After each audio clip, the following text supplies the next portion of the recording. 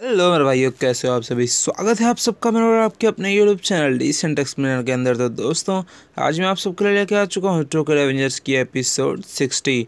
तो दोस्तों, मैं पहले बता दे रहा हूँ कि आज जो हमारी तेंजिको आर्क है टोक्यो रेवेंजर्स की, वो इस एपिसोड में मैं ख़त्म कर दूंगा, ठीक है, चाहे कितना भी लंबा एपिसोड बने।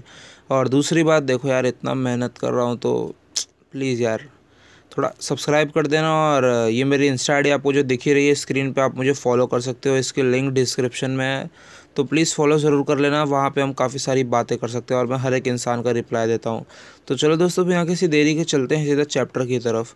दोस्तों, पिछले एपिसोड में हमने देखा था कि जो हमारा किसाकी है वो उसके और ताचिबाना हिनाटा के बीच में वन साइडेड लव के बारे में बताता है, और वो गन निकाल के ताकेमिची के माथे पर रख देता है और कहता है, मैं तुम्हें सब कुछ बताऊंगा जो मैं जानता हूँ। और उसके बाद दोस्तों हम पास्ट देखते हैं, जहाँ पे छोटा किसाकी और छोटी हिनाटा होती है। और किसाकी कहता है कि पहले लोग मुझे बहुत ज़्यादा पढ़ाकू कहते थे। उसके बाद दोस्तों हम हिनाटा को देखते हैं, और वो आती है और कहती है, किस्साकी का आप कितने ज़्यादा अमेजिंग हो, आपने नेशनल एग्ज़ाम में रैंक 1 हासिल किया। फिर किस्साकी कहता है, हाँ तुक्का लग गया होगा मेरा। और उसके बाद हिनाटा कहती है, मुझे तो लगा था कि आप रैंक 1 पे आओगे। फिर उसके बाद हिनाटा की दोस्त कहती है, चलो चले हिना। और उसके बाद किस्साकी कहता है कि मैंने हमेशा ऐसा दिखाया कि जैसे मुझे उससे कोई फ़र्क नहीं पड़ता था, पर अंदर ही अंदर मैं उससे प्यार करने लगा था। और मुझे लगा था कि हिनाटा को मेरे जैसा पढ़ाकू लड़का पसंद आएगा, पर ऐसा मैंने सोचा था। तभी अचानक से एक हीरो आ गया बीच में, और वो हिनाटा का दिल मुझसे चुरा कर लेकर चला गया, और उसका नाम था हानागाकी ताकेमिची। और दोस्तों, यही वजह थी कि किस्साकी ताकेमिची को हीरो बुलाता था। फिर हम देखते हैं दोस्तों कि जो हमारा किस्साकी होता है वो ताकेमिची को हर जगह फॉलो करने लगता है। और उसके बाद जो हमारा ताकेमिची होता है वो अपने एक दोस्त के साथ घर जा रहा होता है, और उसके बाद वो उसे कहता है, तुम्हें पता है ना मैं किस तरह का हीरो हूँ, मैं एक डेलिक्वेंट हूँ और मुझे पूरे जापान का टॉप डेलिक्वेंट बनना है। और किस्साकी कहता है, आखिर ये कैसा रबिश ड्रीम है, जापान का टॉप डेलिक्वेंट है। और उसके बाद दोस्तों हम किस्साकी को देखते हैं, जो मोइबियस के फॉर्मर लीडर ओसानाई से मिलता है, और वो उससे मिलकर कहता है, क्या तुम ही मोइबियस के लीडर ओसानाई हो। और वो कहता है, हाँ तुम्हें क्या चाहिए। और उसके बाद किस्साकी कहता है कि उस समय वो बंदा काफ़ी ज़्यादा आगे बढ़ रहा था, एक गैंग लीडर के तौर पे और एक डेलिक्वेंट के तौर पे, पर फिर भी वो जापान का नंबर 1 नहीं था। मैंने और आगे ढूंढा जब तक मैं उस इंसान से नहीं मिला, टोक्यो मांजी गैंग का कैप्टन सानो मांजिरो। और उसके बाद मैंने उसे धीरे धीरे धीरे धीरे अपने वश में करने की कोशिश की। और जब मैं अपने स्कूल में था, सेकेंड ईयर मिडिल स्कूल में, तब जब मैं अपने प्लान बना रहा था, तभी अचानक से मैं तुमसे मिला। और उसके बाद दोस्तों हम देखते हैं कि किस्साकी और ताकेमिची एक दूसरे से आमने सामने मिलते हैं, और किस्साकी कहता है कि मैं तुमसे बेहतर बन के दिखाऊंगा चाहे जो हो जाए। और उसके बाद दोस्तों हम देखते हैं कि किस्साकी जो अपना होता है वो माइकी के पास जाता है और कहता है कि तो तुम ही हो मांजिरो सानो। फिर उसके बाद माइकी कहता है, हाँ और तुम कौन हो। और उसके बाद किस्साकी बहुत ही ज़्यादा स्वैग में कहता है कि मैं हूँ किस्साकी टेटा। उसके बाद दोस्तों किस्साकी कहता है, मांजिरो सानो, इसमें कोई शक नहीं है कि ये बंदा जापान का नंबर 1 बनने के लिए सबसे ज़्यादा परफेक्ट है, और अगर मैं इसे अपने वश में कर सकूं तो ये मेरा सबसे परफेक्ट औजार बनेगा जो मुझे टॉप पर ले जाएगा। और इस चीज़ का जो आउटकम निकलेगा मेरे ग्रैंड प्लान का, वो 10 साल लेगा, और तब मैं माइकी के विश्वास को जीतूंगा पहले साल में, और उसे पूरी तरह से अपने वश में करने के लिए मुझे लगेंगे 2 साल, और फिर हम दोनों मिलकर टोक्यो के ऊपर राज करेंगे 3 साल में, और उसके बाद हम पूरे जापान को अपने अंडर ले लेंगे 4 साल में। और ऐसे ही मेरा 10 साल का परफेक्ट प्लान जापान का नंबर 1 डेलिक्वेंट बनने का पूरा होगा। और उसके बाद दोस्तों हम प्रेजेंट में आ जाते हैं, जहाँ पे किस्साकी कहता है कि तभी ऐसा होने के बाद जब मैं पूरे जापान का टॉप बन जाता, तब मैं हिना को सारे लोगों के सामने प्रपोज करने वाला था। और पता नहीं क्यों, लेकिन हर बार तुम मेरे रास्ते में आते रहे ताकेमिची। आखिर तुमने कितनी बार टाइम लीप किया है और वक्त में आगे पीछे गए हो, हाँ। पर दोस्तों ताकेमिची बहुत गुस्से में होता है और कहता है, तुमने तुमने हिनाटा को सिर्फ इस वजह से मारा क्योंकि उसने तुम्हें ठुकरा दिया, तुमने उसे बार बार मारा।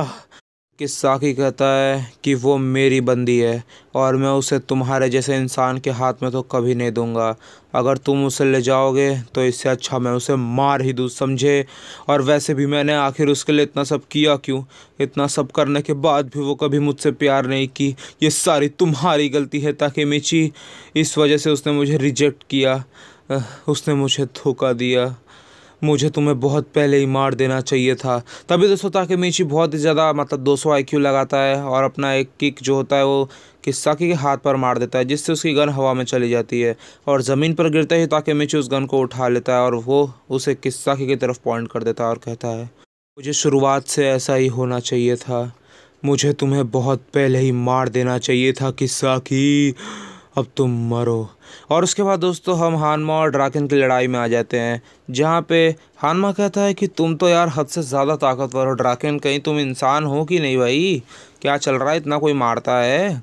और उसके बाद दोस्तों हम दोबारा से ताकेमिची और किसाकी के सीन में आ जाते हैं। वहाँ पे ताकेमिची अपने मन में हिना के बारे में सोचकर ट्रिगर को दबाने ही जा रहा होता है। वो अपने मन में सोचता है कि अगर मैंने इसे मार दिया तो मैं हिना को बचा सकता हूँ, तो मुझे ये करना ही होगा। तभी पीछे से दोस्तों ताचिबाना, हिनाटा और माइकी आ जाता है और उसके बाद हिनाटा कहती है ताकेमिची कन रुकिए। और उसके बाद किसाकी कहता है ताचिबाना।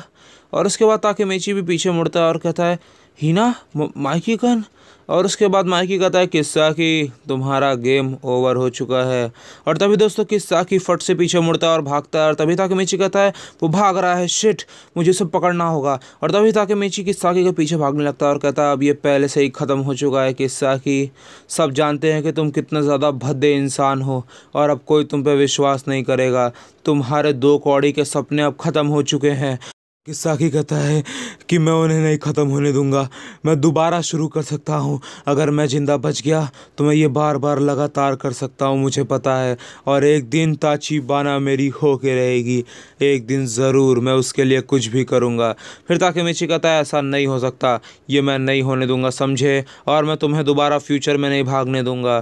तभी दोस्तों जो हमारा किसाकी होता है वो रोड के बीचों बीच रुक जाता है और कहता है फ्यूचर में नहीं जाने दूंगा। क्या तुम्हें अभी भी ये लगता है कि मैं टाइम लीपर हूँ ताकेमिची? सच में?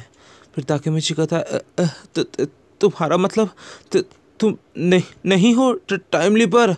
और उसके बाद किसाकी कहता है मैं। और तभी दोस्तों वहाँ पे एक ट्रक आ जाती है उसके मैं कहते ही और उसे एक बहुत ही ज़ोर की टक्कर मारती है। और उसके बाद ताकेमिची बहुत शॉक हो जाता है और वो ट्रक का ड्राइवर भी बिल्कुल शॉक हो जाता है और वो बाजू में जाके खंबे से लड़ जाता है और किसाकी ज़मीन पर फेंका जाता है। दोस्तों उसके पैर टूट जाते हैं, उसके हाथ टूट जाते हैं, उसका सर फट जाता है और उसका हाथ की एक एक हड्डी टूट जाती है और ऐसा लग रहा होता है कि वो लेट कर ब्रेक डांस कर रहा है। और दोस्तों ताकेमिची कहता है किसाकी। और दोस्तों आप इस फ़ोटो में देख ही सकते हो कि कितनी ज़्यादा खौफनाक मौत मिल रही है किसाकी को। और उसके बाद दोस्तों हम देखते हैं कि वो पूरी तरह से दर्द से कर्रा रहा होता है, वो पागल हो जाता है दोस्तों, उसका दिमाग काम नहीं कर रहा होता है और वो कहता है आखिर ये सब क्या चल रहा है, मैं खड़ा नहीं हो पा रहा हूँ। ये क्या हो रहा है? मैं मरना नहीं चाहता हूँ, मैं मरना नहीं चाहता हूँ, मुझे बचा लो, मुझे बचा लो। और दोस्तों ये कहते हुए उसके पूरे मुंह से, सर से, शरीर से हर जगह से खून फेंक रहा होता है। और दोस्तों एक हद से ज़्यादा खौफनाक मौत मिलती है किसाकी को। और दोस्तों फिर माइकी और हिनाटा भी पीछे आते हैं और माइकी कहता है कि क्या हुआ ताकेमिची? और दोस्तों इसी इंसिडेंट को कांटो इंसिडेंट के नाम से जाना जाता है। और उसके बाद दोस्तों हम ड्राकेन और हानमा की लड़ाई में आ जाते हैं, जहाँ पे हानमा कहता है मैं तो थक गया। फिर ड्रागन कहता है क्या हुआ, हो गया तुम्हारा गेम? और उसके बाद हानमा कहता है कि बस मैं हार गया, ठीक है, ज़्यादा नहीं मारना मुझे। और अब तक तो वो भाग भी चुका होगा, तो मुझे फिक्र करने की इतनी ज़रूरत नहीं है। और दोस्तों तेंजिकू आर्क ख़त्म होता है और हमारे तेंजिकू के 5 एग्जीक्यूटिव पकड़े जाते हैं और 3 लोगों की मौत होती है, सानो एम्मा, कुरोकावा इज़ाना, किसाकी टेटा। और उसके बाद दोस्तों जो हमारा इनुई होता है, एंग्री, चिफुयो, सब बाइक पे निकल जाते हैं। और उसके बाद जो हमारा ताकेमिची होता है वो काकुचो के पास जाता है, हॉस्पिटल में रोकाता है यो काकुचो। और काकुचो कहता है कि आखिर में हमेशा मैं ही क्यों ज़िंदा बच जाता हूँ? फिर ताकेमिची कहता है ऐसा मत कहो, इज़ाना ने अपनी जान देकर तुम्हें बचाया है, अगर तुम ऐसा कहोगे तो उसे अच्छा नहीं लगेगा। और उसके बाद काकुचो कहता है कि किसाकी भी मारा गया, क्यों है ना, अब तेंजिकू के सारे सपने बिखर चुके हैं। और उसके बाद ताकेमिची कहता है ये सब तुम्हारे ऊपर डिपेंड करता है काकू-चान। और काकुचो कहता है मेरे ऊपर डिपेंड करता है।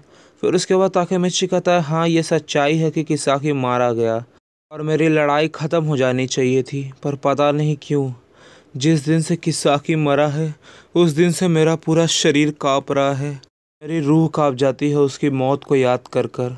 और दोस्तों तेंजिकू आर्क यहाँ पे ऑफिशियली एंड होता है और एक नई आर्क की बिगिनिंग होती है। मुझे पता है कि एपिसोड छोटा है, लेकिन दोस्तों अब यहाँ पे आर्क ही ख़त्म हो गया तो यार एपिसोड भी ख़त्म करना पड़ेगा।